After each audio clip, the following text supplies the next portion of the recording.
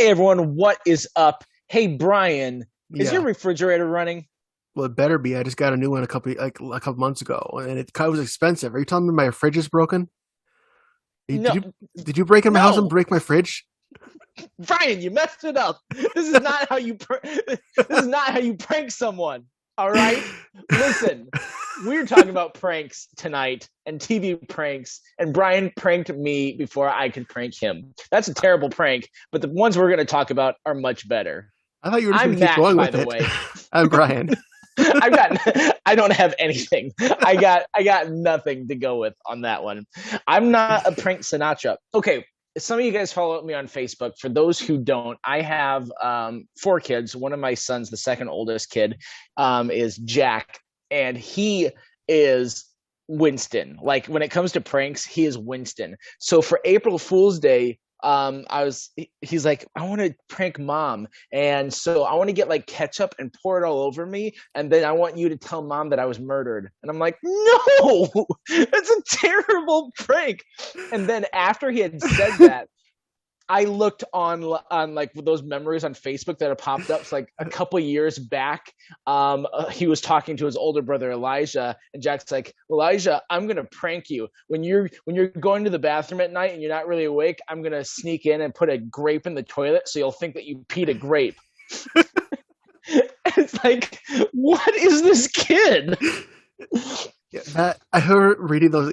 That is Winston, like to the point where a blueberry in the human cereal was one of his pranks. It was. And I'm really nervous for as Jack gets older and then develops like the desire to actually follow through on his pranks. I'm nervous what's going to happen. Mm. Well, we have got a couple different pranks we're going to talk about. And so we're going to give kind of our top three for best TV pranks. There are a lot of pranks on TV. I mean, you've got, if you are doing a sitcom, you're going to have to do a prank. You're going to have to prank people on this show because Yeah. it's always fun to watch your characters rib with the other characters and just give them a hard time. So we got some good stuff here. I know my list is great. I'm sure yours is good, Brian. Yeah. One of mine is good, but I might not do it justice. I just came up with one that I'm like, wait, why am I going to do this one when there's another one that I kind of like more? So I'll So, let you go first so I can think through mine, and then I'll talk about the one that I kicked off to later. all right. Well, first, just a little side note. I remember watching one of those cast panels at like the Comic Cons and stuff, and it was one for the cast of Supernatural.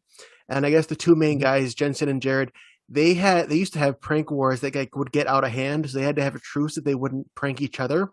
So then the guy, I forget his name, the guy who played the demon Crowley for a few years on this show, they would just Mhm. direct all their pranking energy on him because they weren't allowed to prank each other. That sounds about right. That's kind of like on Scrubs with Turk and JD, like bringing all of their ire on Hooch just to Mm, get him to snap. mm, yeah, Man, Hooch is crazy. no. Off screen, they were the demons. They were evil. Yeah. So mine comes from the IT crowd, All and right. it's a really funny. It's like a 5 second gag, and it's super funny, but it's mostly visual, so you have to kind of follow me on this. So Moss walks into the office, and he brought lunch to Roy, and so he says, "Sandwich," and he throws the sandwich, and Roy catches it because it's wrapped up in foil or whatever, and then he goes Mm. coffee, and Roy's like, "No, no, no!" And he throws a full coffee at Roy, and it hits his shirt, and hot coffee splatters all over him, and Roy's just looking there like what? And as he's doing that, Ma says, "Ha! I got you! I've been planning this for ages. That was a fake one. This is the real one." And then he stops and he realizes, oh, there's coffee all over his shirt. Then he looks at the coffee in his hand and it's empty. He intended to throw an empty coffee cup at, at Roy just to freak him out, but accidentally threw the real one. And when he realizes what happened, he turns to run away, smacks his head into a filing cabinet, and knocks himself unconscious. That sounds about right. See, that's the deal with the pranks. Okay, so real quick, I think pranks are great, but there are so many people who don't like get how you do a good prank. Yeah, And so pranking where it's like no one gets hurt and nothing gets destroyed, that's the sort of prank you want to go with. yeah. Now this one obviously it failed.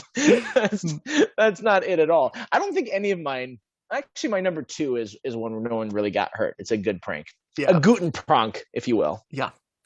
All right. I mean, there's really nothing much to say about that. I would just, I'm sure you could just Google IT crowd coffee prank and it would come up. It's one of those. And that show is full of those like little moments. I feel like every episode, even if it's not a great episode, is going to have some little moment in there that's going to be great. Yeah. And my actually the one I was gonna do for number three is another one of those like little moments. Here, I'll just since I'm not gonna mention the show again, my honorable mention would have been Scrubs, where it's in season 4. It's the episode My Last Chance. Heather Graham is a guest star. It's kind of a recurring spot. She was on there for like 6 episodes or something like that. She was good friends with Elliot, and so JD had a crush on her, but Elliot was like, I don't want you sleeping with her. So in like one of these episodes, the second one to last one Heather Graham is on, Elliot's like, okay, fine, you can. I sign off on it. But the problem is Heather Graham is leaving for the episode or for the day, and she's going to be gone forever. And so JD's like, I have to get to her or else I don't have a chance to sleep with her. So like, he's in a hospital gown at one point and he's like chasing after. He runs out into the parking lot, but he doesn't have his keys or anything like that. So he doesn't have a way to chase after her. So, but janitor happens to be standing right there. And so he really quickly explains the situation to janitor. And it's like, all right, say no more. Walks him over to the van. They get in. And then like the next scene is janitor dropping him off in the desert, kicking him out of the van. And JD's like, what are you doing? And the janitor's like, it's been 4 years. How do you not get this already? Yeah. That's one, like, everybody should have seen that. I mean, all the listeners saw that. All the viewers saw that coming. And JD should have too, but it's still a great moment.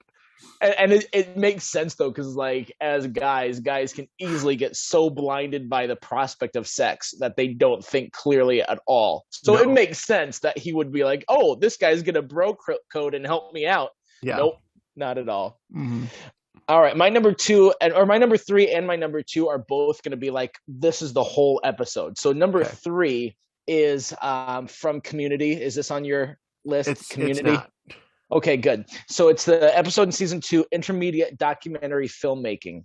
Mm-hmm. And I'm glad I thought of this because this is a great episode and I really love it. Really is like one long prank that Pierce does. He fakes like some sort of condition that is going on with him. I think it was like he's actually in real life overdosed.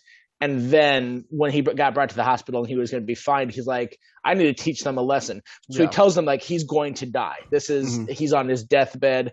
And so he's got all the other members of the study group in there. And he wants to do like a one-on-one with every single person. Yeah. And every one-on-one is some sort of like shot at them and like a like a prank, this is gonna, it seems like it's a gift, but it's really a way that I can screw with you one last time. Yeah. So there's a couple of really good ones. One of them that I like is with Britta, because she's like so moral high ground sort. He's like, here's a check for $10,000. It's a blank check, so you can write it out to the charity of your choice. And it's like she has no idea who to write it out to, and she's like, what do I do with this check? And like she's over analyzing the crap out of it. Yeah. But the funniest one is what he does to. Well, you should, before you skip over to Britta, what he really does there, he also says, or if you're so inclined, you could always write your own name in there, and then that gets her on this thing like. Right. Like she realized I'm broke and I'm like gonna get kicked out of my apartment soon, and so that kind of he's playing a mind game with her, like to put her on the spot. Like, all right, are you gonna take this money and put it to charity, or are you gonna give it to yourself? Like, I don't care, but yeah, exactly. And he doesn't say it exactly that way. He says it in that, well, you could put your name in there, like I'm so sneaky, even though we all know what he's really doing. Yeah. But the one that is just so funny to me because Donald Glover is hilarious is that he pulls some strings to be able to get Troy to meet his idol LeVar Burton, but Troy has like the worst stage fright in front of LeVar Burton, and so like he's asking him these questions, and Troy's just sitting there like wide-eyed, just stiff as a board, not saying anything. And then they like cut to, because Abed is filming this all as a documentary. So they cut to him in like an interview thing where he's just like, why? I told him I never wanted to meet LeVar Burton. You can't disappoint a picture. I only wanted a picture of him. And like he's just freaking out and losing it. And so, like then it cuts back and he's just again quiet, his eyes are wide open. And the whole episode is LeVar Burton like just trying to break the ice with him and Yeah. asking him a couple questions like, so do you know me from reading Rainbow or Star Trek? What why did Yeah. what? And so like the whole episode is just it's a great turn from LeVar Burton. He's a great actor and fun to see him in there. And of course, Donald Glover is hilarious in how he responds. And that sets up a callback for season 5 when Troy leaves. He actually goes on a boat with LeVar Burton, and by then he's like, "Nope, I'm good. I can talk to you now." They had a couple different callbacks to that, like when Pierce was talking about like getting one of these celebrities that comes like, I've got feelers out for a couple different celebrities to come to something, and then he goes, LeVar Burton was a hard no. Yeah. LeVar Burton is not the only time that he's like just popped up in a show playing himself. He did a cameo on The Big Bang Theory where Sheldon was trying to throw a party, and he had mentioned offhand, like, "Oh yeah, I threw on social media out to LeVar Burton," and he seemed like just a throwaway joke. And then at the very end, you see LeVar Burton poke his head into the apartment, and he sees everyone just going crazy on Rock Band, and he just like leaves. I love LeVar Burton. I loved him in Star Trek, and right now there's like kind of people are like, we should book him for a guest host on Jeopardy, which makes complete sense. Yeah, he would be an awesome Jeopardy host. he would. So I'd be interested to see that. All right. So my number 2 is, of course, it had to come up with The Office. But before I come up with my number 2 pick, do you ever hear about the Matrix prank that never actually happened on The Office? I saw the deleted scene. Wait, they actually filmed it? They did. They filmed it all, and so you can find it online. Like if you look Matrix deleted scene, The Office. Because that bums that is not on the deleted scenes on the DVD. On the deleted scene on the DVD, they're going through it on the table read, and they went through the whole thing. I just assumed they never filmed it because it wasn't there. I'm not sure why they cut it, but this resurfaced recently. Like they put it out. Looks like they put it on YouTube actually this year, January 1st. Okay. So that's why. So you've got a 5-minute cold open to watch. All right. Well, by the time you're listening to it, I've definitely already seen that. But from what I understand, they are trying to. Jim's going to convince Dwight that he's in the Matrix, and there's little things like they got 2 identical cats that he was going to interact with one after the other, and they even got Hank, the security guard, to play the part of Morpheus and giving him the pills, and it just seemed like a really elaborate prank. And like, I'm excited to watch. I never knew it was actually filmed, so I'm excited to watch it. There's new Office for me to watch. Who thought that? I know. The case? Oh, isn't that great? All right, what is your number 2 though? Your pick. It's a lot to choose from The Office, but I have to go with the fake murder in Florida. That's the one I would pick. I really like Jim dressing up as Dwight, but I think the fake murder takes the cake. Yeah, I also liked Asian Jim with Jimmy Woo, but that's a good one. Yeah, because Jim and Dwight are part of the team is in Florida, and by that point, Jim has just had, I think, his second kid, so he's out of the schedule where he's used to getting up super early in the morning. So he got up early and he set up this whole prank. So Dwight walks into the room, and there's a bunch of money on the ground, and written in blood, it was Dwight. And I think there's sheets that are tied together to make a rope out the window. And they're like, what's going on? And then Jim, stiff as a board, pretending to be killed, falls out of the closet. Just scares the crap out of, I think Aaron's with him, and I think maybe Stanley. I'm not sure. I think it was just the two, Dwight and Aaron. Yeah. And it's just the detail that Jim put into this. Like, Jim was clearly stayed up the night before. And he didn't relax in his hotel room. He was probably watching Impractical Jokers and setting up this prank as he set himself up to do that. There was also a note, I think, in the room that he left of like, he picked it up and is like, meet Cecilia at club whatever or whatever. That she'll have more information. She knows what really happened. Something like that. Yeah, like he's setting Dwight up to go right into I'm gonna solve this crime. Jim's dead. That is a great prank. That is one of his top ones. We could have an episode that's just like, what are the top 3 Office pranks? Because I liked wrapping his desk in wrapping paper when it's not really even wrapped. What else? I really like the one that turned back on Jim, the meatball prank, where Jim thinks that only he's trying to get Stanley to like his pranks, so he does them all with meatballs, and then it turns out that Stanley and Dwight did that so that Jim would be basically feeding them meatballs. That was a great turn. There was one the like the Pavlov's conditioning with Yep. the boot up sound of the mint. Yeah. And then when he finally has him conditioned, it's just like, what are you doing? I don't know. My throat all of a sudden. Or the faxes from Jim from Future Dwight. That's right. No, that's my favorite. I loved the fake murder scene, but Dwight from the future is my top one. All right. But Matt, what is your number 2? My number 2, I'm going to play a little fast and loose with the idea of a prank, but it really is a prank. And like I said, it's a good prank, and it's from Brooklyn Nine-Nine.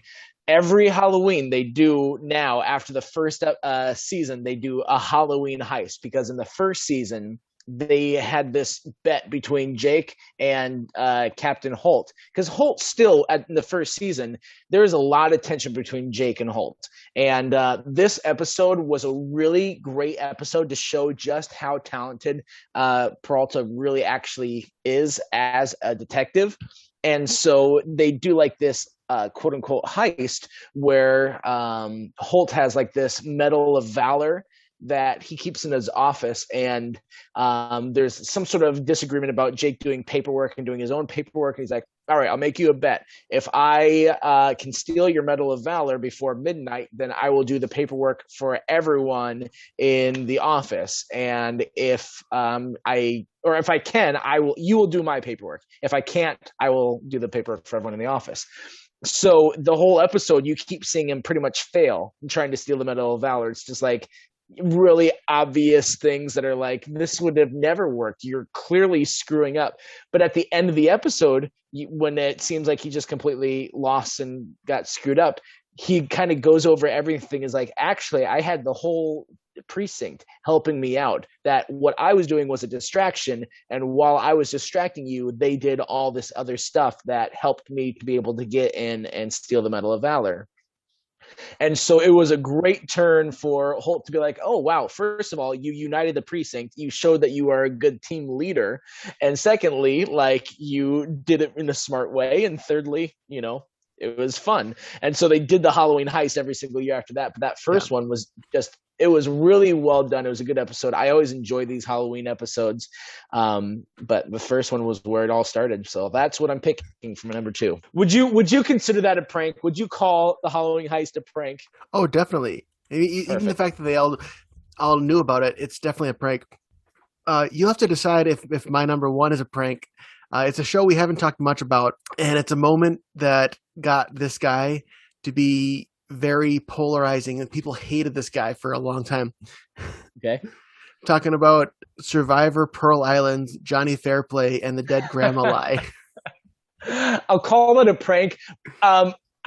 Before you get into it, I'll tell you, I still don't understand why he felt like that was like the big thing he needed to do. I don't get it. But it's just his personality. I think I've mentioned he runs a podcast, and I've listened to it. His personality on Survivor is who he is. He's not putting on a front. He is that, like, kind of that obnoxious guy. Yeah.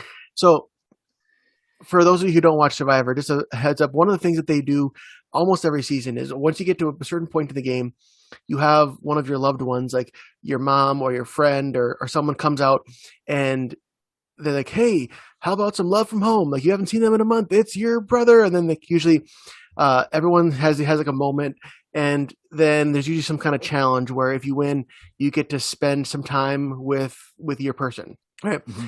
So, and by now it's kind of behind the scenes. When you sign up on Survivor, they give you all these forms. And one of them's like, okay, who would your loved one be if you make it that far? So they get to that point, and Johnny Fairplay, his friend, comes out. And he asks his friend, like, hey, how's my grandma? And he's just like, dude, she died, dude. And like, and he starts tearing up, and it's a real change in demeanor, because this guy is always like, hey, what's up, man? Like the frat boy kind of dude. And it changes, and he gets all teary-eyed and emotional because he just found out his grandma died, and everyone's like, "Oh my gosh, I'm so sorry." And of course, they end up throwing the challenge and letting him win to spend time with his friend to hear about his grandma. And No, then, I thought it was that like the winner, they also got to be nice and let one other person have their guy with them. So someone else won, and then they said, well, Johnny can also come with his friend. oh, that could be. I haven't seen the season in a while. I rewatched it a few years ago, but it's been a while. But either way, he got to spend some I time knew with something about Survivor that you didn't know. I'm proud. it. Yeah, that's rare because I know a lot about Survivor. I know that's right. That's why I'm reveling in it for a moment. And then it cuts to a confessional. Like they have these confessionals where the producers pull the contestants away from everybody else, and they talk right to the camera and say like, "Hey, this is really what's going on." And he just says, "Dude, my grandma's at home watching Jerry Springer right now," and completely lied about his grandma dying. Later on at the reunion show, Jeff Probst says that after that happened, the producers called like his family to give their condolences after hearing about this, and his grandma answered the phone.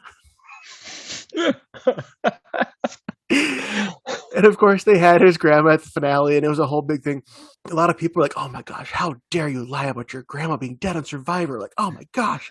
And so he became. I think he was in the mix to come back in Heroes versus Villains as one of the villains. Yeah. But it's just such. It's one of those iconic moments of Survivor. Like I can, in the first eight to 10 seasons, there's just so many amazing, iconic Survivor moments and that's definitely one of them. And I think it's just one of the most memorable. Yeah, that is a top memorable Survivor moment for me. You know, I think there's a couple of them that I could probably pinpoint. Like if someone's like, "Hey, what happened in Survivor?" I'd be like, "Oh, I remember when this happened, and I remember this happened." But Yeah. yeah, that was probably number one. Boston Rob and Amber getting engaged in the finale. Yeah, I would have forgotten about that. I would have remembered that Boston Rob and Amy, like, oh wow, they went from two just complete strangers to now we love each other, and then they made it to the final two, and that was their whole plan, and they were able to make it happen. Yeah. I remember when he won like one of the challenges and gave the car to Amy, and Amy's like, "No one's ever given me a car before." And I'm Yeah. like, "Well, he also has already won a car from his run here, so I mean, he Yeah. doesn't need two. What's he gonna do?" Yeah. All right. What's your number one? My number one is another reality TV show. And we can't talk about pranks without talking about the Impractical Jokers. You brought them Yep. up, but I knew that they would have to be on my list. I knew that I'd probably have to make them number one because I love the Impractical Jokers. Yeah. If you've never watched it, it's these four friends from like high school or even maybe younger than that. They've known each other forever, and their demeanor is just like, let's get each other to do the dumbest things. It's Mhm. kind of like they're in a perpetual state of, I dare you to do this. Okay. And Yeah. so the whole show is structured around, you know, they each will do these challenges in the show, and they try and do what the other guys say, or they do what like they try to live up to the challenge, but it's always like really embarrassing stuff. Yeah. So it's like, you know, you have to say these things to people, and you can't like not say it or else you lose. And then they have these huge challenges. And actually I was like, I know my number one's going to be an Impractical Joker thing, but what challenge I'm going to do? And so I'm thinking like, well, is it when they tied Q down because Q is deathly afraid of spiders and they made spiders crawl all over him? Or they did the same with Sal, but he's afraid of cats. It was just cats crawling all over him, which is decidedly less scary in my mind, but apparently he's freaked out by cats. Could I have a guess? Go ahead. Is it the tattoos? That's a great one. I really enjoy that. So one of the things is there was a three-way loss, and Joe was the only one who won. And so he decided, I'm going to make all three of these guys get tattoos. And one of them is for Sal. It's a face picture of Jaden Smith right on his leg, on his thigh. Yeah. It was calf, I think. Oh, maybe it is. Maybe it is his calf. Yeah. Yeah, you're right. And so I think when he met Jaden Smith at another point, Jaden Smith is like, well, aren't you going to get another one? That's like, because it was like he got it when he was a kid. Yeah. And so he looks different as he's older. And Jaden Smith's like, well, aren't you going to get another one? And then he's like, I guess. So he gets another Jaden Smith tattoo. And yes, they're real tattoos. They're not temporary. This is like, that is now forever a part of his body. Yeah. but that's not it. I actually ended up not going with a challenge or Okay. like a, A a punishment? punishment. I went with something in a challenge. There was this one episode after Joe had been married for a short time. Oh, I know where you're going with this. Go ahead. One of the challenges was each Joker on their turn, they're at a food court, and all the other Mhm. Jokers had picked a plant, like an actor there that this Joker was supposed to kiss. The Joker that it was supposed to do the kissing didn't know who it was, so the other Jokers are just watching them going around like kissing all these different people. Like, was that it? Nope. Okay, and then they have to go kiss someone. Like, you have to kiss as many people in a food court without getting stage fright. Well, with Joe, it was his turn, and they made it very obvious who it was. It was like this pretty girl sitting at a table, and so Joe's like, "Oh, it's her, isn't it?" And they're like, "I don't know, isn't she hot?" And he's like, "Yeah, she's hot." And then all of a sudden, Joe's wife comes up with like the microphone. And he's like, "Is she really that hot, Joe?" And Joe's like, "Dang it, you got my wife here!" And they actually end up sending out his wife from like their little spot off to Yeah. the side. They send her out. They have her sit next to this pretty lady actress sitting right next to her, and Joe hasn't kissed her yet, and so he's like, I can't kiss her in front of you, and so he keeps like kind of like trying to bargain with her because like I don't want to lose the challenge. He's like, you know that this would mean nothing, right? She's like, well, you still would sleep on the couch, and so Mhm. he gets to a point when he's like gonna lean in and he's not entirely sure, and like she's sitting across the table from Joe. Both of the ladies are Mhm. sitting across the table, so he goes over to kiss the actress, and then he turns at the last second and kisses his wife. And like, I can't do it. I can't do it. Yeah. Which that's it's hard to beat Joe because Joe has no shame. He's the one like, oh, you want me to make a complete fool of myself in public? Cool, I'm all for it. Larry, Larry.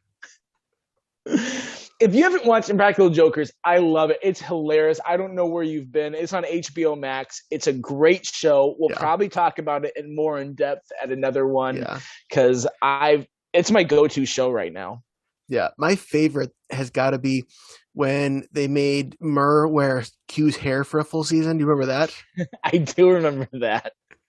It's funny, like you get to know some of the Jokers just based off their challenges. Yeah. Like the fact that Murr has so much physical stuff done to him. Hmm. Like Murr has had to get his nipples pierced. He has had to get an enema, and not really an enema. It was just a finger shoved up his butt from a Yeah. doctor in front of like an entire Yeah. crowd, and multiple times. He had to jump out of a plane, jump out of a helicopter. He's had to get his whole mouth like Novocaine. It's Yeah. always like something physical with Murr, whereas like with Sal, there's so many like gross punishments where they make him like dig in elephant poop for his keys or Yeah. dig in a whole trash barge to try and Hmm. find his new phone that he got Yeah. because he's such a germaphobe. So it's really funny to see those tailored to each one. Yeah. Or like there's one I just watched the other day where they're set up so that they're going to be working at a convenience store, and they say, okay, someone's going to come in, yell at you, throw water at your face. You have to convince one of the patrons to be on your side. And they Yeah. completely threw Sal. They got some stunt casting. They got Gary Busey to come in, throw water in his face, and scream at him for calling him Nick Nolte. That was such a great moment. That was another one that I was toying with because that's another one of those that's like this is a classic Impractical Jokers moment. Hmm. Gary Busey was actually on this show at another point during like a make them laugh sort of challenge where like one Joker sitting there and the other Jokers keep trying to make them laugh, and if they laugh they lose. Hmm. And so at one point like they're behind this pane glass, the other one's trying to make them laugh, and I can't remember which one it is that's trying to like act like he took like this serum as a doctor. He's got this Yeah. lab coat on, and then the pane glass gets like blurry and you can't see past it. And then Hmm. when it gets unblurry again, suddenly it's Gary Busey. So like the guy turned into Gary Busey, kind of like the Hulk, except for it's Yeah. Busey instead. That would be just completely. Oh, I was not expecting that. That was a really good one. Yeah. In addition, I had an honorable mention from Scrubs. You mentioned the one about with the janitor. But Uh-huh. do you remember the Jiggly Ball prank from Scrubs? Refresh my memory. It might come So back to me as you say it. JD had this thing where he was never wanted to admit that he didn't know something was going on. He always wanted to be involved in everything.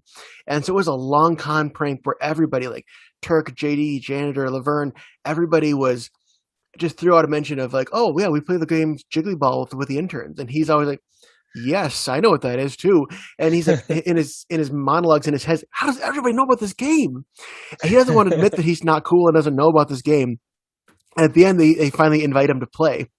And it turns out everybody in the hospital is surrounding him with tennis balls. And they're like, all right, what's going on next? Oh, now we just pelt you with these tennis balls until you're covered in welts or something like that. And they get Laverne to get like the jiggle rebound where she gets to really just completely slam him. And the next scene, he's just like has his shirt off and he's just covered head to toe in welts. And his hand is kind of moving like twitching. He's like, you might need to get that checked out because I'm not doing that. And it was like they all knew his insecurity of not wanting to be left out, and they used it by like subtly mentioning this game over and over and over again, knowing that he would eventually bite and want to play this game. I remember that now. That is really funny. Yeah. Scrubs has some great janitor moments of just how he screws with JD, and like towards the last season, it was the JD always had nicknames for people, but because he had these nicknames, he probably didn't remember people's names. Yeah. And so like janitor like calls him on it. He's like, "You don't know his name. What's his name?" He's like, "Oh, that's Snoop Doctor." And like, "No, what's his real name?" Yeah. And there's like, "What's it? That's Doctor Beardface. It's Beardface." And so then JD's able to memorize everyone's name because they make like a bet. He memorizes everyone's name in the hospital, and then the janitor from the final frames, he's like, what's his name, and he's getting them all right. The final one is janitor puts a picture of himself, and JD's like, I don't know your real name, and so the janitor wins, and I think JD has to do janitor duties or something like that. Yeah. It's fun. It's a good show. All right. Yeah. You have any honorable mentions, or are you done? I'm done. I'm done. Well, kind of one honorable mention would be our trivia from last week. This isn't so much prank, but it is like that sort of demeanor. That's a lot of fun.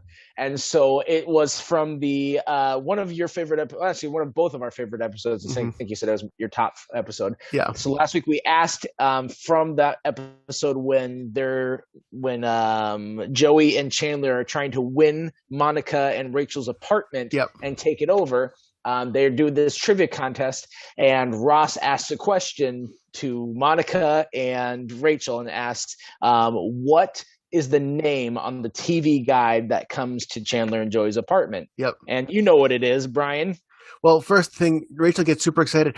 Chandler gets it. It's Chandler Bing.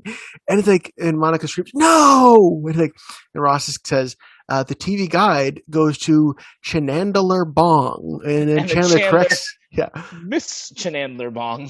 Yeah. So that was the softball one. If you're a fan of Friends, you know that. Exactly. Yes. Did you have one for this week? Because I've got one if you don't. I don't. So go ahead with yours. All right, sounds good. So I will give you another softball one about Impractical Jokers if you have watched it. And maybe it's not a softball one, but you can kind of guess trends, because if you watch all these, you see all these challenges, you see some people and you feel like this guy gets challenged or this guy gets punished more than the others. Yeah. Which Joker has the least amount of punishments? I have a guess, but I don't know for sure. And you can also conversely, we can bring both of them next week, as which one has the most amount of punishments. So, and then which two have the middle? I'll tell you, in some order, it is Merg, Hugh, Joe, and Sal.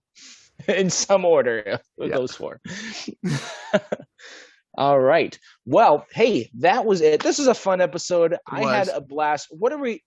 It's all done now. I'm sorry. And next week, we are going to talk about a little show that we mentioned tonight called Community. We've brought it up a couple different times, but we're going to talk a little bit more in depth. So if you haven't watched Community, do yourself a favor, watch a little bit. It's really, really great, especially in the first 2 seasons.